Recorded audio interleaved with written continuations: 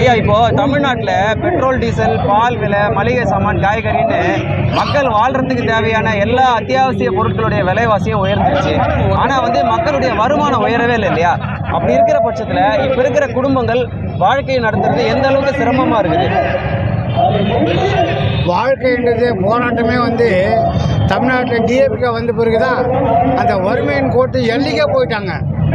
ஏடிஎம்கே ஆட்சியில் கஷ்டன்றதா என்னன்றது தெரியாது. படிக்கின்ற மாணவர்கள் முதற்கொண்டு வாழ்கின்ற மக்கள் அனைவருமே ரொம்ப சந்தோஷமாக இருந்தாங்க. இவன் என்றைக்கு டிஎம்கே ஆட்சியை காலேஜ் வச்சானோ அன்றைக்கே தமிழ்நாடு ஃபுல்லாக கெட்டு போச்சு. 6லேருந்து 60 வயசு வரலும் கற்பழிப்பு, கொள்ளை, கஞ்சா இது எல்லாம் தவிர்க்க முடியல. அவனால் கண்ட்ரோலாக பண்ண முடியல. போலீஸ் அவங்க கண்ட்ரோல் பேருக்கு தான் வச்சுக்கிறாங்க தவிர எல்லாம் நடக்குது. எத்தனையும் பொய் தான். அவங்க கொடுத்த வாக்குறுதி 556 வாக்குறுதி ஒன்று கூட நிறைவேற்றலை. அம்மா ஆட்சியில் படிக்கிற மாணவர்கள் காலில் போடுற செருப்புலேருந்து, கையில் போடுற மாட்டுற பேக்கிலேருந்து, லேப்டாப்பில் முதற்கொண்டு, சைக்கிள் முதற்கொண்டு அனைத்து பொருளும் ஃப்ரீயாக கொடுத்தாங்க. இவன் ஆட்சியில் எல்லாமே கட் பண்ணிட்டாங்க.